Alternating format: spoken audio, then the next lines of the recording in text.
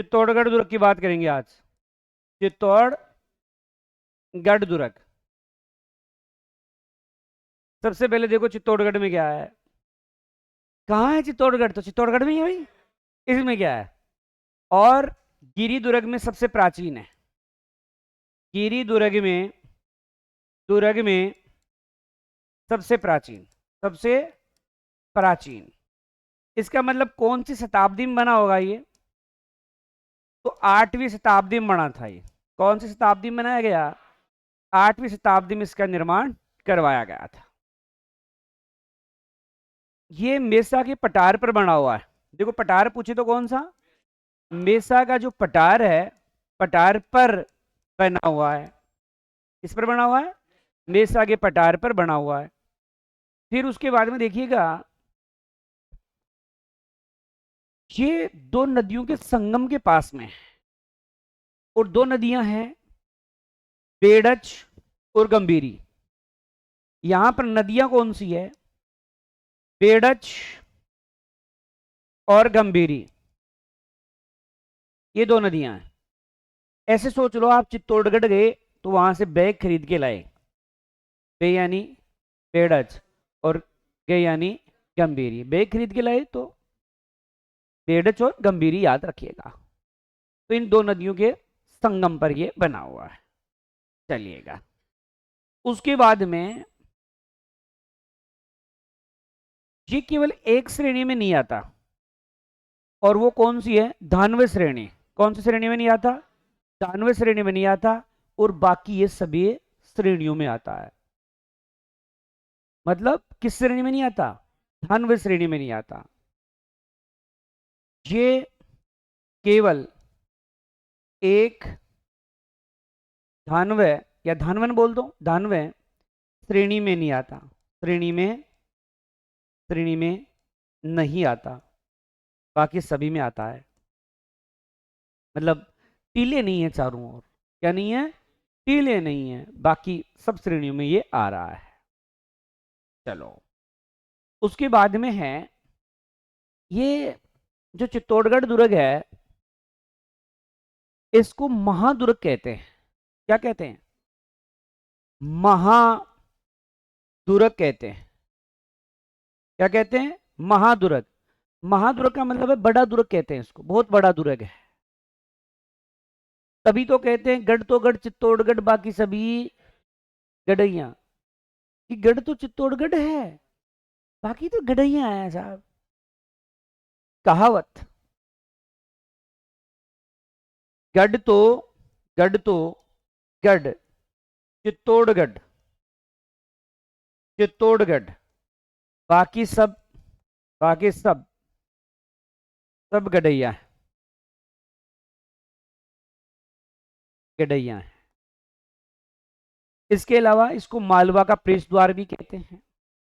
क्या कहते हैं? मालवा का प्रवेश द्वार कहते हैं। अब इसी को थोड़ा सा अगला घुमा के क्या कहेगा? दक्षिण का प्रवेश द्वार भी कहते हैं।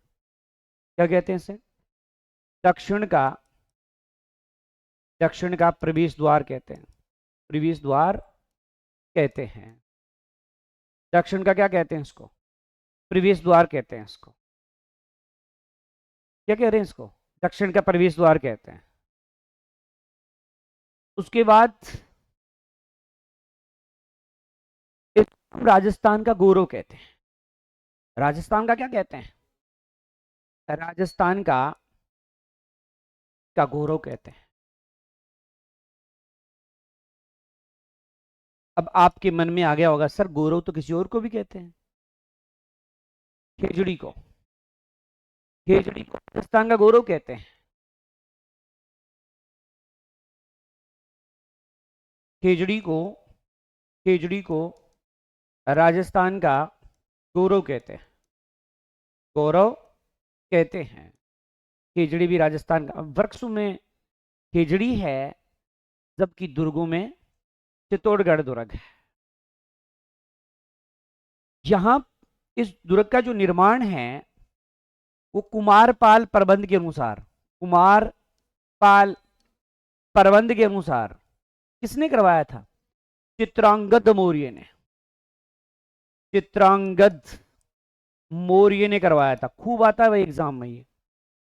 जबकि वीर विनोद, वीर विनोद ग्रंथ, वीर विनोद ग्रंथ एवं मौनोथ नैणसी, मौनोथ नैणसी रिख्यात बोल दो या मौन सी रिख्यात, इन दोनों में कहा गया है चित्रांग मौर्य ने। चित्रांग मौर्य ने। सर दोनों में फर्क तो केवल किसका है?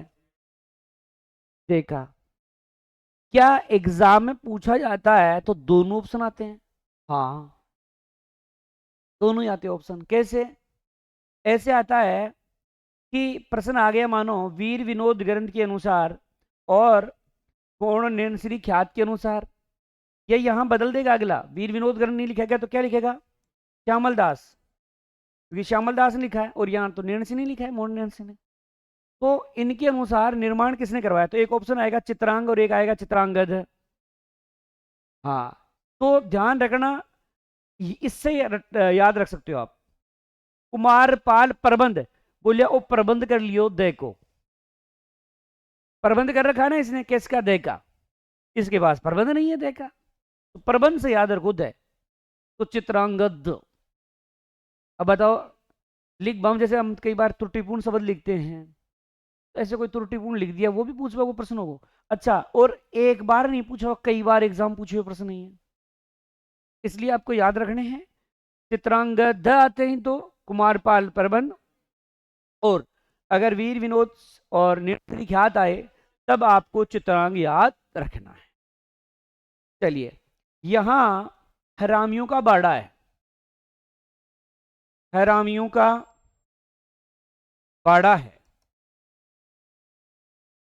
यहां हरामी रहते हैं, ये हर जगह पाए जाते हैं तो पहले भी हरामी पाए जाते थे। तो हरामियों का बाड़ा जो है आपके कहाँ है? चित्तौड़गढ़ में। घी तेल की बावड़ी है यहाँ, घी तेल की बावड़ी। 2 दिन पहले मैंने बावड़ी पढ़ाई थी आपको, तो घी तेल की बावड़ी यहां बनी हुई है। विश्व का सबसे बड़ा कत्लेआम यहीं करवाया था, अकबर ने करवाया था। विश्व का सबसे बड़ा कत्लेआम, विश्व का सबसे बड़ा कत्लेआम जो करवाया गया था वो यहीं करवाया गया था। और किसने करवाया था? अकबर ने करवाया था। कत्लेआम का अर्थ हो सकता है कईयों को समझ में नहीं आया होगा। अकबर ने बहुत से लोगों का कत्ल करवाया था, निर्दोष जनता को काट डाला था यहाँ, इसलिए कत्लेआम बोला गया है इसको। मुगल इस प्रकार का, जैसे किसी रियासत पर अधिकार होता था तो वहां की निर्दोष जनता को मार दिया करते थे, हैं? हाँ, चलो। उसके बाद इस दुर्ग में 7 दरवाजे हैं। दरवाजे कितने हैं? दरवाजे हैं 7 है। याद भी रखने इसके, हर के अपन याद नहीं रखेंगे, लेकिन जो मुख्य मुख्य हैं उनमें तो अपन को दरवाजे याद रखने हैं। एक है पांडन पोल, पांडल पोल होता है, मुख्य है ये और सबसे बड़ा है ये। भाई, महाभारत युद्ध में पांडव मुख्य थे कि नहीं थे? तो उससे याद रखो मुख्य, और वही तो बड़े थे, तभी तो अपन पांडवों को याद करते हैं। फिर एक है राम पोल, एक हनुमान पोल, हनुमान पोल, एक गणेश पोल, गणेश पोल, एक भैरव पोल, भैरव पोल, एक जोर्डन पोल और एक तारा पोल। ये 7 पोल हैं। पोल का मतलब दरवाजा है। अब में याद नहीं रखने, वरना इसमें तो याद रखने हैं। देखो कुछ नहीं है, ये तो याद है भाई, पांडव बड़े थे तो बड़ा है पांडव, बचे 6। राम जी जानते हो राम जी? राम जी चले नहीं हनुमान जी बिना, और अपन चले नहीं गणेश जी बिना। सारी शादी भी होती है तो सबसे पहले किसको याद करेंगे? शादी छोड़ो, सगाई जिस दिन होती है ना, उस दिन भी गणेश जी को याद किया जाता है। हाँ, रिद्धि सिद्धि के लिए जरूरी है। और भाई जब नाराज हो जाए तो ब्याह बिगड़ते हुए टाइम नहीं लगता, तो भाई को तो याद रखना ही पड़ता है। तो मैंने क्या बोला, राम जी चले हनुमान जी बिना, आपा चला ना गणेश जी बिना।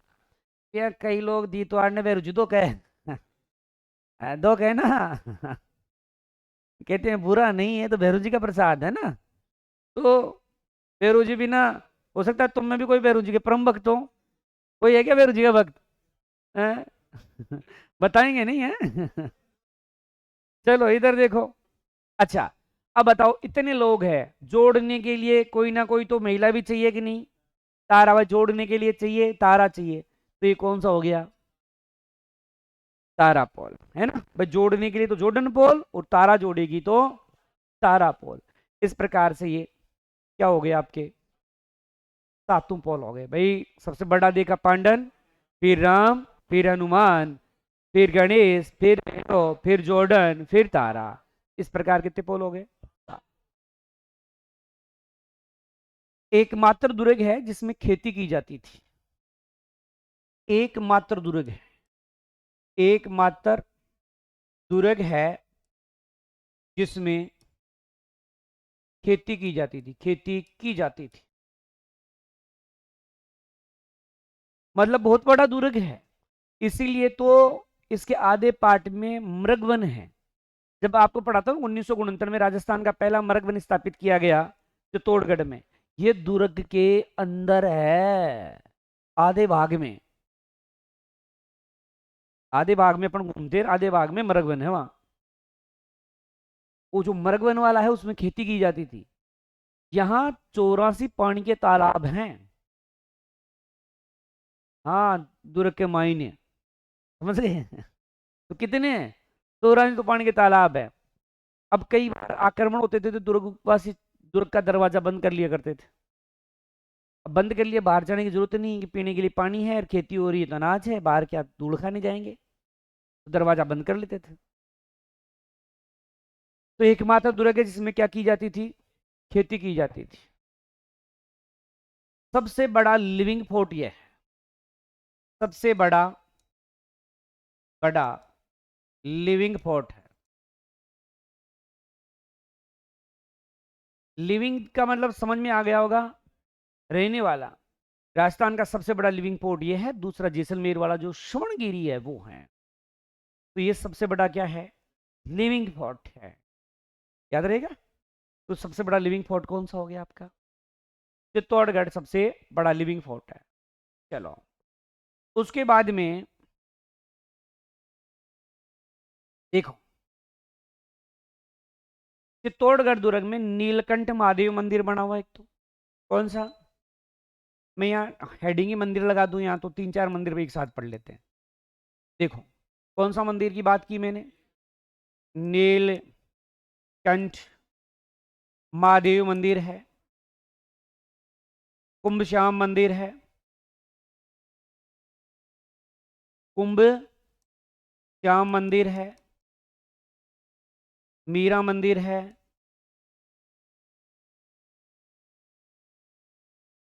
कालिका माता मंदिर है, जो पहले क्या था, एक सूर्य मंदिर, तो ये मंदिर है। समदेश्वर मंदिर है,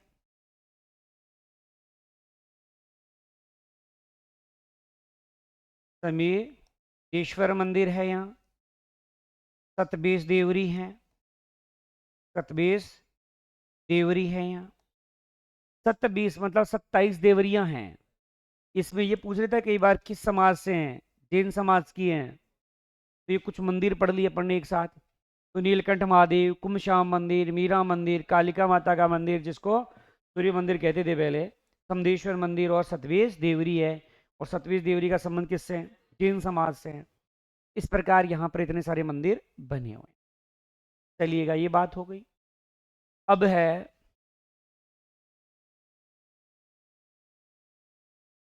ये जो मंदिर है, इसमें एक महल बना हुआ है रानी पद्मिनी का, और एक महल गोरा बादल का। रतन सिंह ने बनाई थी दोनों महल।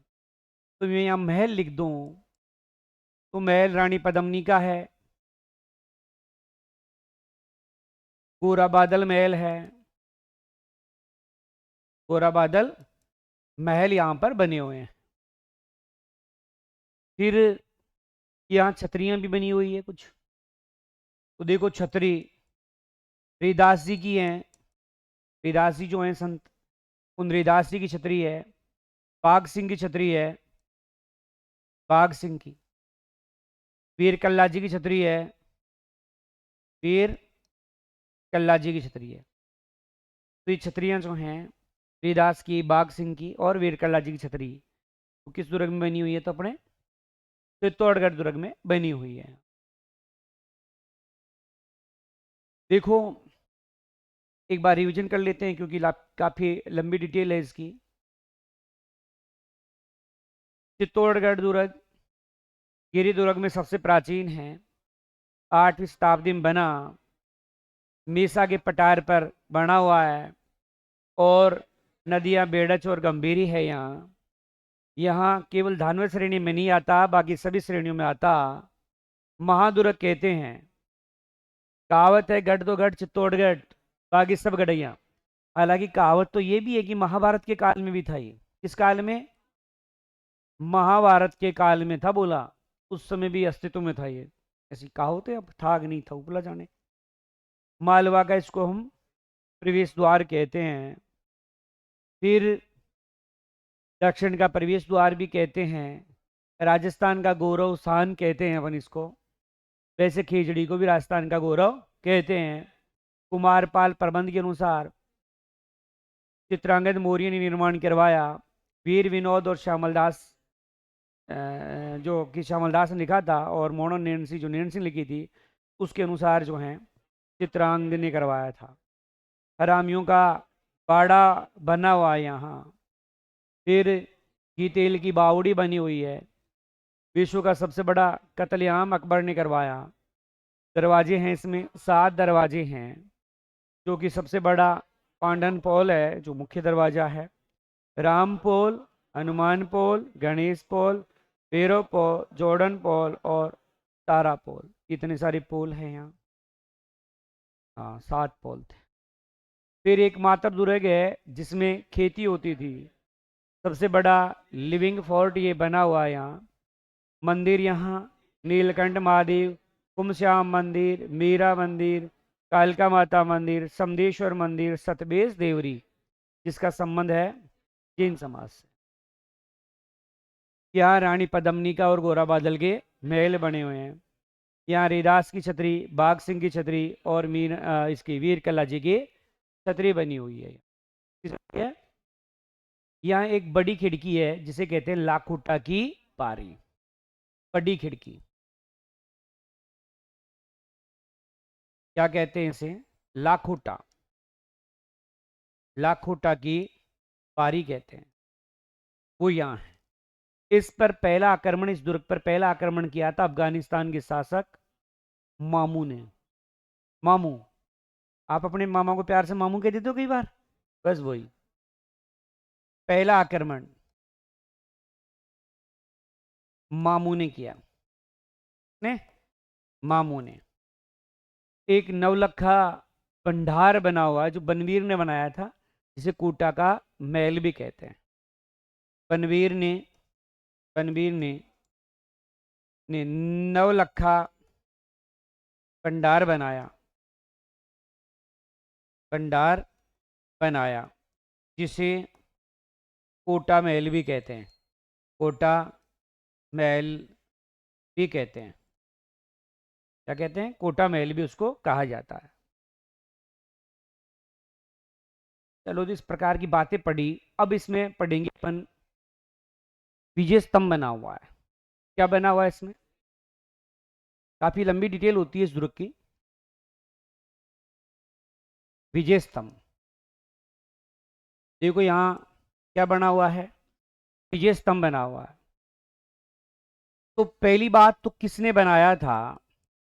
किसने बनाया? तो महाराणा कुंभा ने, महाराणा कुंभा ने।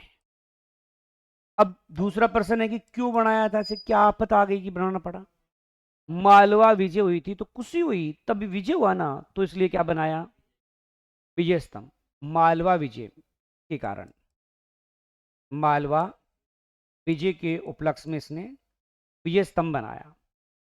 अब इस विजय स्तंभ के भी कई नाम हैं,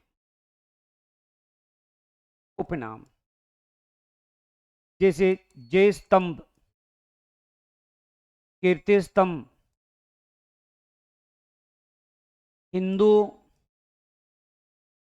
देवी देवताओं का, देवताओं का अजायब घर, अजायब घर, भारतीय मूर्ति कला का, भारतीय मूर्ति कला का विश्वकोश, विष्णु ध्वज, विष्णु ध्वज, लोक जीवन का, लोक जीवन का रंगमंच, रंगमंच, क्या कह रहे हैं इसको, लोक जीवन का रंगमंच भी कहते हैं। इसको कहते हैं विक्ट्री टावर भी इसको कहते हैं। इसकी तुलना फर्ग्यूसन ने रोम में स्थित टार्जन से की है। फर्ग्यूसन ने रोम में स्थित, रोम इटली की राजधानी है, रोम में स्थित टार्जन से की है। टार्जन वो फिल्म नहीं, हाँ गाड़ी वाली। कर्नल जेम्स टोड कहता है ये कुतुब मीनार से बेहतर है।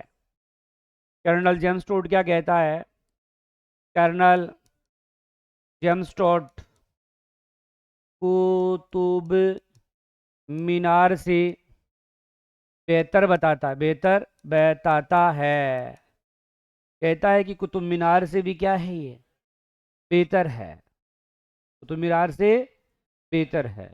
ठीक है, इतने सारे नाम हो गए। वैसे राजस्थान कुतुब मीनार इसे नहीं कहते, ऊसालाट या भीमलाट को कहते हैं। राजस्थान का कुतुब मीनार, राजस्थान का कुतुब मीनार ऊसालाट, या इसे कहते हैं भीम लाट। ये आपके भरतपुर के बयाना में है, पढ़ेंगे आगे अपन जब बयाना दुर्ग पढ़ेंगे वहां। तो ये राजस्थान का कुतुब मीनार। अब जो विजय स्तंभ है इसकी ऊंचाई कितनी है, ऊंचाई, इसकी जो ऊंचाई है वो है 122 फीट या 37 मीटर कह सकते हो। इसमें सीढ़ियां 157 सीढ़ियां हैं। इसमें सीढ़ियां कितनी लगी हुई है, 157 सीढ़ियां हैं इसमें। और मंजिल कितना है, तो मंजिल है ये 9। और तीसरी मंजिल पर 9 बार अरबी भाषा में क्या लिखा हुआ है, अल्लाह। तीसरी मंजिल पर, तीसरी मंजिल पर, मंजिल पर 9 बार, 9 बार अरबी भाषा में, अरबी भाषा में, भाषा में अल्लाह लिखा हुआ है, लिखा हुआ है। तो एक बार मैंने किसी बैच को पढ़ाया और उसी समय वो लड़का 2-3 दिन बाद में घूमने चला गया। तो वो वापस आके बोला कि सर मैं विजय मतलब चित्तौड़गढ़ दुर्ग देख के आया, विजय स्तंभ देख के आया, आपने तो कहा था तीसरी मंजिल पर 9 बार अरबी भाषा में अल्लाह लिखा हुआ है। मैंने तो आराम से देखा था, लिखा हुआ ही नहीं था अल्लाह। मैंने कहा यार तेरे को अरबी भाषा कब आने लग गई, ओ गुरजिया बात तो भूल ही गई हो, तो कहीं तुम भी चले जाओ और ये कहो कि सर अरबी भाषा वो लिखा हुआ नहीं है। अरे अरबी भाषा अपन जानते ही नहीं है ना, अपने लिए तो लीक लोड़े आया है। ठीक है, तो ये तो तीसरी मंजिल पर 9 बार अरबी भाषा में क्या लिखा हुआ है, अल्लाह लिखा हुआ है, याद रहेगा। चलो फिर देखो, इस पर राजस्थान की पहली इमारत है जिस पर डाक टिकट जारी की गई है। पहली इमारत है, पहली इमारत है, इमारत है जिस पर, जिस पर डाक टिकट जारी हुई थी। टिकट जारी कब हुई थी, तो 15 अगस्त 1900 49 को 1 रुपए की डाक टिकट थी। कितने रुपए की थी? 1 रुपए की थी। इसमें जो पत्थर लगा हुआ है वो पीला है, पत्थर है पीला, पीला में भी बलुआ है, तो ये पत्थर जो है यहाँ पर पत्थर लगा हुआ है। फिर इसमें चूना कौन सी कंपनी का प्रयोग किया गया है? तो इसमें चूना नहीं लगा हुआ, विजय स्तंभ में चूना नहीं लगा हुआ है, इसमें किसी प्रकार के चूने का प्रयोग नहीं किया गया। आपकी राजस्थान पुलिस, आपकी माध्यमिक शिक्षा बोर्ड, इनका ये प्रतीक चिन्ह भी है विजय स्तंभ। राजस्थान पुलिस पुलिस व माध्यमिक शिक्षा बोर्ड का प्रतीक चिन्ह है, प्रतीक चिन्ह जो है वो आपका विजय स्तंभ है ना। इतनी लंबी बातें हैं। हालांकि यहाँ ऐसी इमारत है जिसके अंदर बाहर दोनों तरफ मूर्तियां हैं,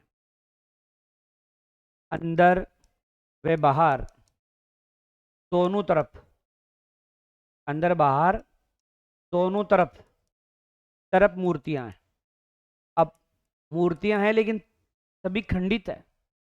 और औरंगजेब ऐसा मुगल बादशाह था जिनको हिंदुओं के मंदिर खंडित करने में, तोड़ने फोड़ने में क्या आता था? मजा। तो जो मूर्तियां क्या है? मूर्तियां खंडित है। तो ये खंडित किसने की थी? औरंगजेब। औरंगजेब ने इन मूर्तियों को क्या किया था? खंडित किया था। तो मूर्तियां कैसी है? सारी खंडित। किसी का नाक तोड़ दिया, किसी का पेट फोड़ दिया, किसी की आंख फोड़ दी, इस प्रकार से उनको तोड़ फोड़ रखा था इसने, है ना। ये बात है। तो ये आपके इसकी बात हुई, विजय स्तंभ की बात। तो अपन ने देखा विजय स्तंभ किसने बनाया था? महाराणा कुंभा ने। क्यों बनाया था भाई? मालवा विजय के उपलक्ष्य में। इसी को हम क्या कह रहे हैं? जय स्तंभ, कीर्ति स्तंभ, हिंदू देवी देवताओं का अजायब घर, भारतीय मूर्ति कला का विश्वकोश, विष्णु ध्वज। विष्णु ध्वज इसलिए कहेंगे क्योंकि मुख्य दरवाजे पर इसी की मूर्ति है, मुख्य दरवाजे पर मूर्ति है। ठीक है, किसकी? विष्णु भगवान की। आप घुसोगे ना तो जस्ट ऊपर देखना, विष्णु भगवान जी की मूर्ति यहां पर लगी हुई है।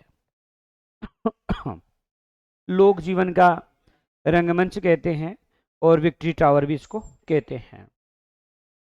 फर्ग्यूसन इसकी रोम में स्थित टार्जन से तुलना करता है। Colonel James Tod Qutub Minar से बेहतर कहता है। वैसे कुतुब मीनार जो है अपने राजस्थान की, वो उषा लाट या भीमलाट को कहते हैं। वैसे कुतुब मीनार दिल्ली में है। तो कुल ऊंचाई जो है 122 फीट है, मतलब 37 मीटर है। सीढ़ियाँ कितनी है? 157 है। मंजिल कितना है? 9। और तीसरी मंजिल पर 2 बार अरबी भाषा में अल्लाह लिखा हुआ है। पहली इमारत जिस पर डाक टिकट जारी हुई 15 अगस्त 1949 है, और कितने रुपए की? 1 रुपए की। फिर आपने देखा कि पत्थर है, पीला बलुआ पत्थर इसमें लगा हुआ है, चूना जो है नहीं है इसमें। और राजस्थान पुलिस और माध्यमिक शिक्षा बोर्ड का क्या है? प्रतीक चिन्ह है। अंदर बाहर दोनों तरफ क्या है? मूर्तियां हैं, है ना। तोड़ा किसने? औरंगजेब ने उनको तोड़ने का काम किया है। हाँ, वास्तुकार बहुत महत्वपूर्ण है। देखो, वास्तुकार, वास्तुकार हैं जेता और कूपा। मेन जेता ही है वैसे, ठीक है। वास्तुकार कौन? जेता। कूपा मत याद रखो, जेता। तो मेन वास्तुकार कौन है? जेता है, इसके वास्तुकार है, ठीक है। अब एक होता है जैन कीर्ति स्तंभ। इसमें जैन कीर्ति स्तंभ, देखो, इस जैन का जो निर्माण हुआ था, इसका जैन व्यापारी जीजा ने निर्माण करवाया था। जैन व्यापारी जीजा ने निर्माण, जीजा ने निर्माण, तो निर्माण ही जीजा ने करवाया था। किसका जीजा? ना, नाम ही जीजा है ना। भाई किसी का नाम हो सनम, इसका मतलब थोड़ी है सनम है। या किसी का नाम हो साजन, इसका मतलब वो किसी का साजन थोड़ी है। जो कह रही है और साजन, इसका मतलब उसके साजन थोड़ी है। वो तो नाम है इसका, समझ में आ गई बात। तो ये अगले का नाम ही जीजा है। अच्छा, आप कुंभा पढ़ोगे तो एक का नाम पढ़ेगा चाचा, उस वाला नाम है चाचा उसका। हाँ, सबका ही चाचा है वो। तो ना, हाँ, चाचा मेरा पढ़ते हो ना, वही है। चलो। हम्म। नहीं, उसका नाम और ही है, साहब जी तो कहते हैं उसको, मेरे को पता है। हाँ, कहते ही हैं उसको, नाम कुछ और ही है। चलो। तो जैन व्यापारी कौन है? जीजा। तो इसने इसका निर्माण करवाया था। भगवान आदिनाथ को समर्पित है। भगवान, बहुत मोस्ट यही प्रश्न आता है इसमें, भगवान आदिनाथ को समर्पित है, यही प्रश्न आता है भाई इसमें एक तो। या कभी कभी आ जाता है समर्पित, कभी कभी आ जाता है वास्तुकार। वास्तुकार अत्रि भट्ट, अत्रि भट्ट और महेश भट्ट, बाप बेटा, बाप बेटा है दोनों। अत्रि भट्ट और महेश भट्ट है इसके वास्तुकार है। ऊंचाई, ऊंचाई जो है 76 फीट, मंजिल 7। कभी चाहो तो जैन मंदिर के जस्ट पास में बनाऊंगा। इसमें सीढ़ियां हमेशा बंद रहती है, खड़ी सीढ़ियां हैं, मौत का खतरा ज्यादा रहता है, इसलिए सरकार ने इसको क्या कर रखा है, बंद। विजय स्तंभ में जरूर खुली रहती है, लेकिन बीच बीच में बंद कर दिया जाता है, क्योंकि उसकी सीढ़ियां अपने चढ़ने से घिस गई, इतने लोग देखने जाते हैं उसको कि घिस गई, खड्डे पड़ गए उन सीढ़ियों के अंदर। तो ये आपका जैन कीर्ति स्तंभ है। तो जैन व्यापारी जीजा ने बनाया था, ये ज्यादा मोस्ट है। आदिनाथ को, इसको समर्पित है, आदिनाथ को। वास्तुकार अत्रि भट्ट और महेश भट्ट है। ऊंचाई है 76 फीट है। मंजिल कितना है? 7 मंजिल जो है ये ऊंचा बना हुआ है। चलो, अब है यहां कुछ साके हुए हैं, साके आ जाए, या हो सकता है जोर लिखा हुआ आ जाए। तो 3 हुए हैं, और ध्यान रखना सर्वाधिक इसी दुर्ग में हुए हैं। सर्वाधिक जो है वो कहां हुए हैं? चित्तौड़गढ़ में साके हुए हैं। अब देखो, यहां पहला साका जो हुआ था, पहला साका सबसे ज्यादा पूछा जाता है, पहला साका, पहला साका कब हुआ था? तो अगस्त 1303 में। किस रानी ने जोर किया था? रानी पद्मिनी ने। रानी पद्मिनी ने कितनी महिलाओं के साथ? तो लगभग 1600 महिलाओं के साथ। उस समय शासक कौन था? रतन सिंह शासक था। शासक कौन था? रतन सिंह उस समय शासक था। आक्रमण किसने किया था? अलाउद्दीन खिलजी ने।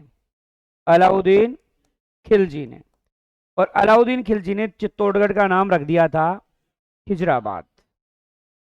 अलाउद्दीन ने, अलाउद्दीन ने चित्तौड़गढ़ का नाम, चित्तौड़गढ़ का नाम खिजराबाद रखा था। खिजर खान इसका बेटा था अलाउद्दीन का, उसी के नाम पर। तो यहां पहला साका जो है अगस्त 1303 में होता है। रानी उस समय पद्मिनी थी। 1600 महिलाओं के साथ जोर किया, इसलिए सबसे बड़ा जोर और सबसे बड़ा साका है ये। उस समय जो शासक था वो रतन सिंह था। आक्रमण अलाउद्दीन ने, क्योंकि अलाउद्दीन को क्या है कि रानी पद्मिनी अच्छी लग गई थी। कईयों की आदत खराब होती है ना, दूसरे की अच्छी लगती है। वैसे इसको भी दूसरे की अच्छी लगती थी अलाउद्दीन को। सबसे गया बीता राजा हुआ है ना अलाउद्दीन।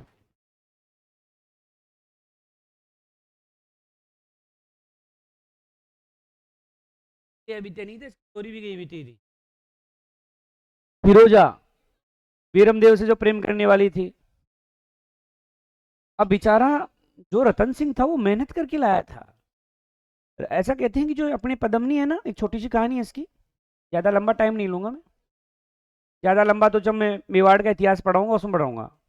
देखो यहां पर एक राज्य देश था श्रीलंका, जिसको पहले कहते थे सिहल द्वीप। सिहल द्वीप कहते थे। इस सिहल द्वीप की राजकुमारी थी ये, यहां पर रहती थी पद्मिनी। इनके पिता थे गंधर्व सेन, गंधर्व सेन थे ये। पद्मिनी है, इसके पास एक तोता था हीरामन।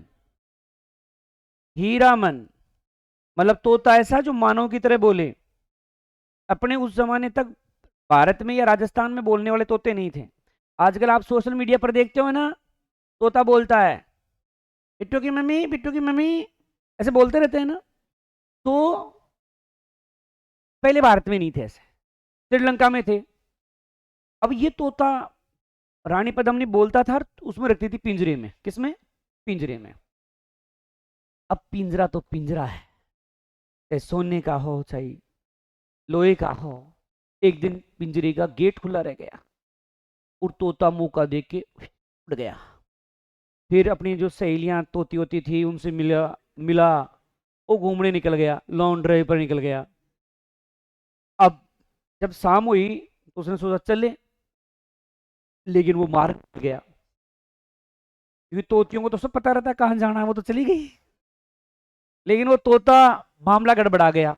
अब चारों तरफ समुद्र समुद्र, कि किधर जाए।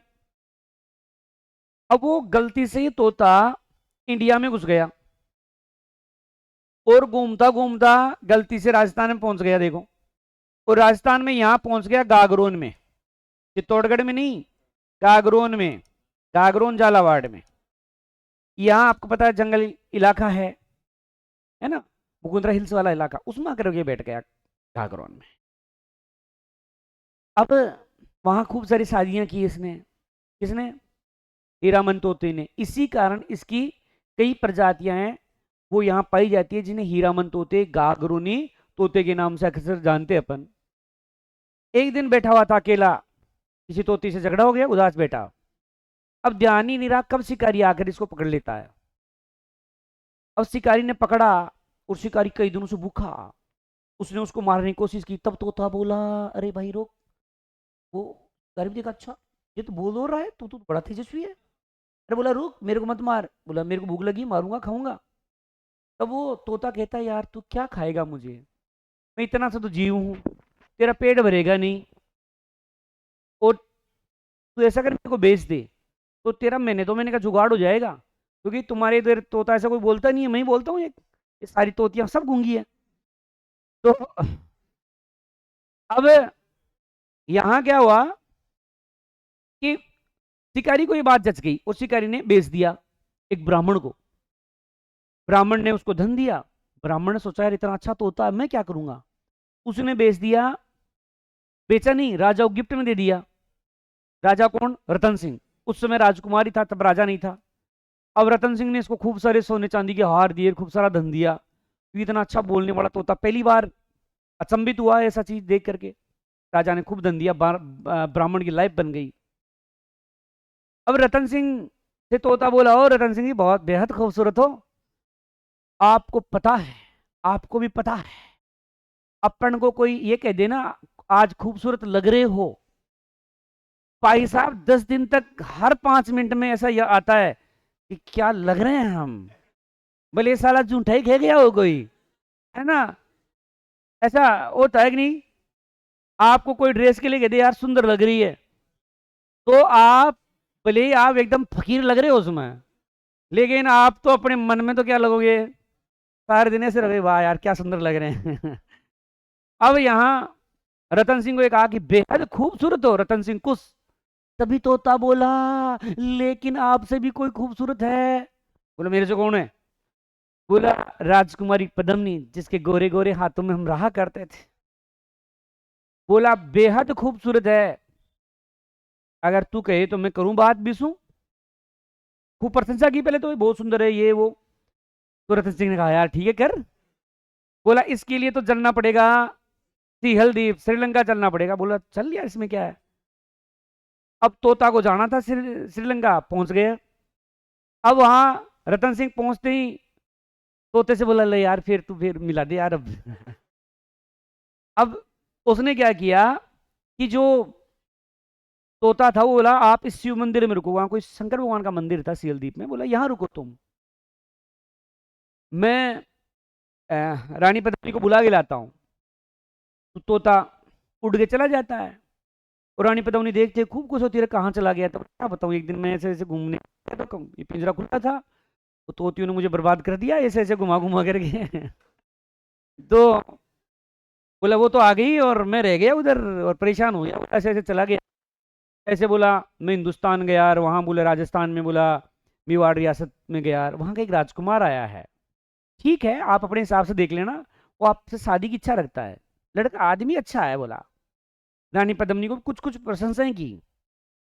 तो रानी पद्मिनी भी वो देखने के लिए लालायित हुई कि भाई इतनी दूर से आया है, चलो मिल तो लेते हैं भाई, बैठल तो देख लेना, नहीं तो कोई बात कर, तू था रन में मारा है। अब रतन सिंह वहां इंतजार कर रहा। रानी पद्मिनी आई सामने से, जिस अपने वाला कोचिंग का गेट है ना उसके पास आई। और रानी पद्मिनी का शरीर का तेज इतना खतरनाक कि रतन सिंह देखते ही बेहोश, सीधो ही बेहोश। चले बेहोश की दवाई थी ये तो। सीधा ही रतन सिंह बेहोश।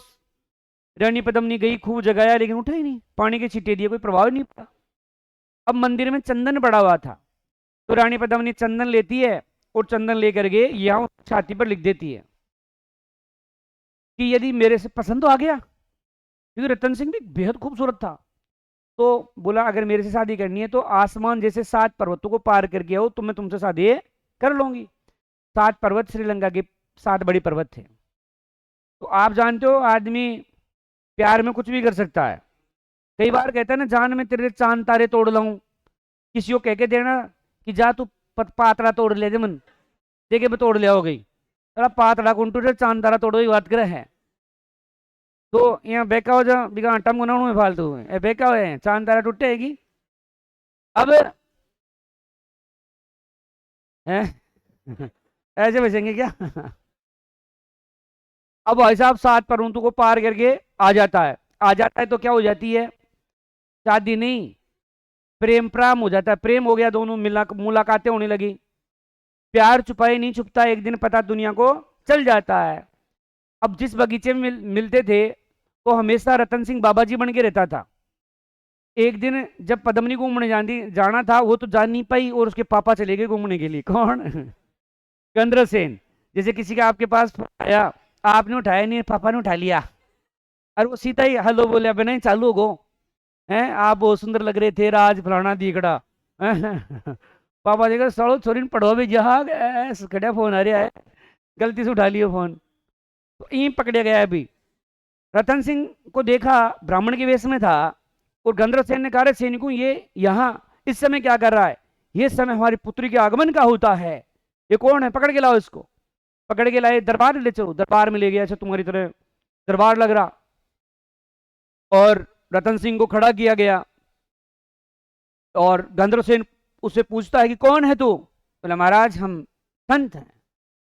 लेकिन शरीर का तेज कुछ और ही कह रहा था, भाई संत और ऐसा आदमी, ऐसा चिरपोटन की तरह संत कब से होने लगे? तो बोला कि नहीं आप किसी प्रकार से मुझे कोई संत नहीं होते, कोई बाबा जी ब्राह्मण प्रतीत नहीं होते। बोला महाराज यदि हम आपको ब्राह्मण प्रतीत नहीं होते तो हमारा सर कलम कर दो, गर्दन काट दो। बोला हमारी।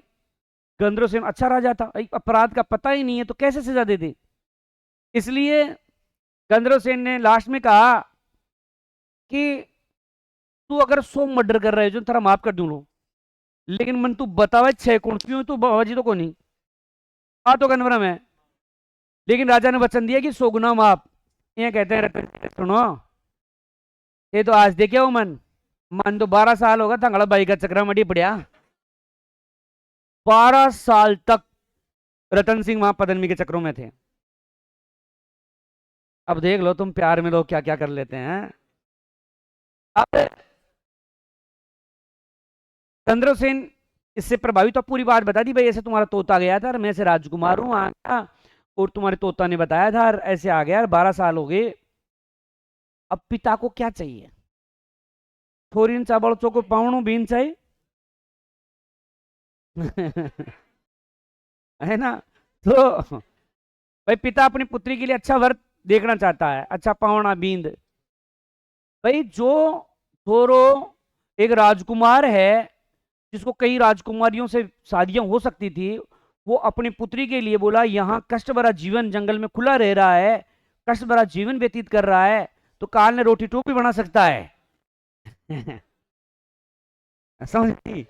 बोला बहुत सेवा करने वाला है तो शादी कर देता है। और रतन सिंह पद्मिनी को लेकर के कहा आ जाता है, चित्तौड़गढ़ लेके आ जाता है। अब रानी पद्मिनी रोज दान देती थी, भाई राजा की बेटी थी, तुझे तुम्हारी भीड़ लग रही है, वैसे भीड़ लग रही थी किसकी, दान लेने वालों की। अब उस समय क्या हुआ, एक राघव चेतन, कौन, राघव चेतन, जिसको हम काला चेतन कहते हैं, ये काला चेतन है, वो भी क्या ले रहा था, दान। ये जादूगर था। उसी समय क्या हुआ कि लाल दुपट्टा उड़ गया रे धोखे से, नहीं उड़ गया रे हवा के झोंके से, बेरी ने देख लिया धोखे से।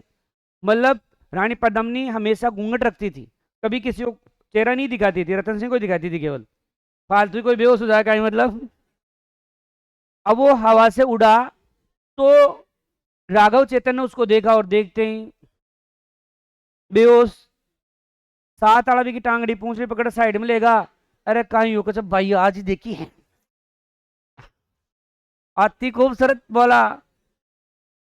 अब राघव चेतन एक काला जादूगर था, जादूगर करता था ये। तो आप अखबार, रविवार का अखबार पढ़ना, उसमें क्लासिफाइड आता है, उसमें लिखा हुआ आता है कि शत्रु से बदला ले, जमीन में गड़ा हुआ धन प्राप्त करे, दूसरी को अपनी बनाए। अरे इसका मतलब खोया हुआ प्रेम प्राप्त करे हैं। हाँ, मन चाह प्रेम पाए। देखो वही पढ़ा है वे, तो भी नहीं पढ़ा है अखबार में, मन चाह प्रेम प्राप्त करे। तो राघव चेतन ने काला जादू प्रारंभ किया, रतन सिंह को पता चला, रतन सिंह ने अपनी रियासत से लात मार के निकाल दिया। तब राघव चेतन ने कहा तेरे भी को नवाजुम देख। राघव चेतन दिल्ली चला जाता है, दिल्ली अलाउद्दीन को जाके बताता है, अलाउद्दीन से कहता है और अलाउद्दीन क्या हाल है, अलाउद्दीन फेंकता है, लंबी चौड़ी बहुत लंबे ठाट बाट है, मेरे हरम में बहुत सी बेगम है। बोला तेरे खाकी बेगम है, बेगम में तो एक रतन सिंह है। बोला पान का पी गिरती है तो कंटू से नजर आता है। बोला महाराज थूक गिटे दिखे, पानी दिखे, बोला गला हो रहा सोनी है। अलाउद्दीन ने सोचा अच्छा तेरी सोनी है तो ये लुगाई तो मेरी होनी चाहिए। आदेश दिया रतन सिंह के पास, आदमी भेजा कि रतन सिंह तेरी लुगाई को मेरे पास भेज दे। रतन सिंह ने रतन सिंह ने कहा कि ऐसे कैसे भेज दे भाई, 12 साल मेहनत करके लाया हूं, नहीं भेजूंगा। तब अलाउद्दीन खिलजी ने क्या किया, आक्रमण किया। 8 जनवरी 1303 में आक्रमण किया। 8 महीने पड़ा रहा लेकिन पार नहीं पड़ी। पार नहीं पड़ी तो लास्ट में रतन सिंह के पास में एक राजदूत और भेजा अलाउद्दीन ने। बोला यार नहीं चाहिए तेरी रानी पद्मिनी, एक झलक दिखला दे, बस झलक देखते चला जाएगा। अब रतन सिंह ने कहा कि देख मैं हमारी लुगाई की झलक भी कौन दिखाऊं। तो अन्य राजपूतों ने कहा देख अत्ता दिन होगा, आप मान पड़े 8 महीना होगा, तो एक बार दिखा दिया, दिखा बस कौन सी गस्सा है, देख बस गस्सा है तो रतन सिंह तैयार हो गया। अब अलाउद्दीन खिलजी को जो दिखाया गया था वो एक शीशे में दिखाया गया था, और रानी पद्मिनी का प्रतिबिंब जो बना था पानी में, पानी का शीशे में बना था, शीशे में देखा था। और रतन सिंह जो सॉरी अलाउद्दीन खिलजी ने देखा तो रानी पद्मिनी और भी बेहद खूबसूरत लगी। अलाउद्दीन ने सोचा किसी हाल में नहीं छोड़ूंगा, इसको लेके जाऊंगा। अब रतन सिंह जो है इसको विदा करने के लिए दरवाजे तक आता है, बोला तू देख लियो अब जा। तो दरवाजे पर रतन सिंह को अलाउद्दीन बंदी बना लेता है और अपने पास ले आता है। तो रानी पद्मिनी के पास कोई चारा नहीं बचता। जब कोई चारा नहीं बचता तो एक लेटर लिखती है अलाउद्दीन को, मैं तेरे हरम में आने को तैयार हूं, मैं तेरी बेगम बनवाने तैयार छूं, ठीक है पालकियां भेजो। तो पालकियां भेजी, पालकियां बैठ गई, रानी पद्मिनी कुन गई, लेकिन गोरा बादल जैसे महान योद्धा गए थे, सैनिक गए थे, कहने का मतलब जो बढ़िया बढ़िया तगड़े तगड़े सैनिक थे। एक लेटर और लिखा, बोला कि देखो मैं अलाउद्दीन तेरे पास आई रही हूं, तो मेरे को लास्ट मेरे पति के दर्शन कर लेने दे। तो अलाउद्दीन ने सोचा यार देख ले वादे लास्ट, लेकिन रानी पद्मिनी जो थी नहीं ना उनमें, गोरा बादल जैसे महान योद्धा थे, तो निकलते हैं पालकियों से बाहर और रतन सिंह को छुड़ाते हैं, और रतन सिंह आ जाता है। कुछ लोग कहते हैं नहीं रतन सिंह वहीं मारा गया, कुछ लोग कहते हैं कि रतन सिंह रास्ते में मारा गया, कुछ लोग कहते हैं कि रतन सिंह यहाँ मारा ही नहीं गया। तो बोला रतन सिंह जो है चित्तौड़गढ़ आ गया। चित्तौड़गढ़ आया तो रानी पद्मिनी को समाचार प्राप्त हुए, रानी पद्मिनी दरवाजे पर ही उन्हें पिकअप करने के लिए गई। अब गई तो रतन सिंह को देखते रानी पद्मिनी उसको अपनी बाहों में लेती है और रोने लग जाती है। रतन सिंह उसे समझाता है कि पगली ऐसे थोड़ी करते हैं, ऐसे देख मैं आ गया, ऐसे क्या क्यों रो रही है। लेकिन रानी पद्मिनी और ज्यादा सबड़ सबड़ रो है। रतन सिंह खूब समझाओ ये चुप रहे, अब मत रो, मैं आगो ना, फिर भी रो है। फिर वह कहीं करे है, एक लेटर कार्ड है, एक लेटर कार्ड, और लेटर दे है रतन सिंह ने। वो लेटर क्या है कि कुंभलगढ़ के राजा देवपाल ने लिखा था, कुंभलगढ़ का राजा देवपाल ने लिखा था। जब रतन सिंह को बंदी बनाया गया तो देवपाल ने ऐसा लेटर लिखा था कि रानी पद्मिनी तेरे को टेंशन लेने की जरूरत नहीं है ना, मैं तन लुगाई बना लू लोगे। अब रतन सिंह को वो लेटर देना ही रानी पद्मिनी की यहाँ पर गलती थी। रानी पद्मिनी ने जब लेटर दिया, रतन सिंह ने पढ़ा। कौन आदमी होगा जिसको लुगाई को ऐसे लेटर लिखे जिसको बर्दाश्त हो जाए? रतन सिंह को बर्दाश्त नहीं हुआ। रतन सिंह युद्ध लड़के आया था, कई दिनों से भूखा प्यासा था, तो रतन सिंह सीधा ही वहां से कुछ सेना लेकर के युद्ध करने के लिए देवपाल के पास चले जाते हैं कुंभलगढ़, और वहां युद्ध करते हुए मारे जाते हैं। यहां से लड़कियों को एक प्रेरणा मिलती है कि जब आपका पावना घर पर आए तो आता ही दरवाजा माड़ा आता ही मैंने कोई बात बतानी कोने, वो तो बापड़ो आर टिप्पण रखे जी पे लिखे ये था कहीं महाराज ने समझा लीजो, तो महाराज तो आने समझा ली कोने, वो बस दिन काट ली तरो और पट दिन समझा दे लो, ये बात को ध्यान रख जो। या अगर थे चाहो तो था घर सुर कीजिए हुए जना था को पावणु आता ही सबसे पहली भी ने कहीं करे पानी को लोटे दो आता ही लो पानी पी लो, चाय बनाओ या खाना लगा दो या कॉफी पियोगे? साला ऐसे उम्र बढ़ जाएगी 5 साल उसकी, 5 साल उम्र बढ़ जाएगी और बता जिएगा 5 साल ज्यादा चलेगा, वैलिडिटी बढ़ जाएगी। हाँ हाँ हाँ। अब ये जरूरी होता है। और एक कभी भी बेचारा भोजन कर रहा हो ना तब नहीं खाना चाहिए, फलानी है कची दीकड़ी है जरा बापड़ा रोटी टूक चाप ले देव को। कोई भी बात हो जाए उसको बात कहने का एक तरीका होता है।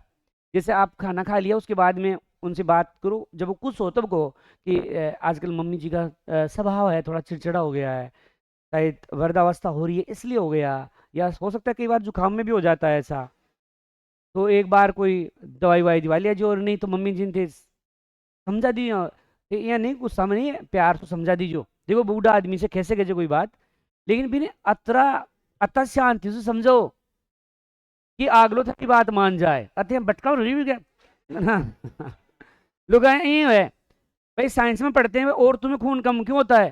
क्योंकि शादी के बाद मर्दों का चूस लेती है वो, इसलिए औरतों में खून कम होता है। भगवान को सब पता था ये खून पिएगी आदमी का, तो इसका ध्यान रखना ठीक है। ज्यादा कहीं बराबर कर ले से पीपीर। इस प्रकार से यहाँ पर फिर रानी पद्मिनी को मरना पड़ा था, इस प्रकार से जोर हुआ था। और भी कहानी बच गई है लेकिन वो पढ़ाऊंगा कहाँ, जब आपको मैं मेवाड़ का इतिहास पढ़ाऊंगा।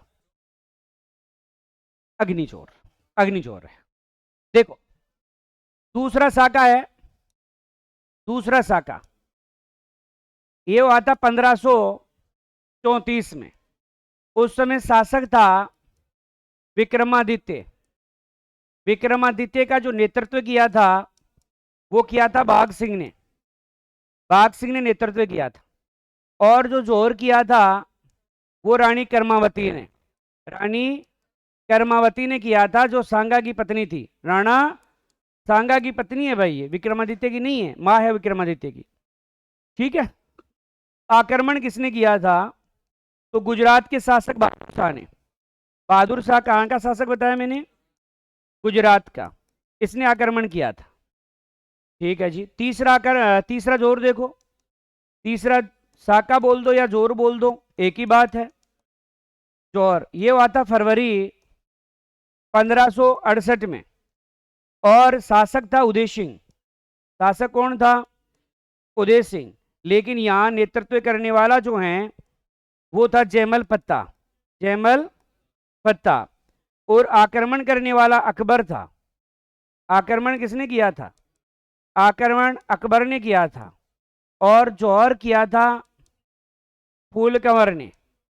फूल कंवर फत्ता की पत्नी थी भाई, किसकी थी? फत्ता की पत्नी थी। इस प्रकार से चित्तौड़गढ़ में सर्वाधिक जोर और साके हुए हैं। 3 जोर 3 साके बता दिए। ये चित्तौड़गढ़ की बड़ी कहानी थी, पूरा 1 घंटा अपना हो चुका है, ठीक है। तो एक आधी लाइन बच गई हो तो उसको अध्ययन कर लेना, ठीक है। अब कल मिलते हैं।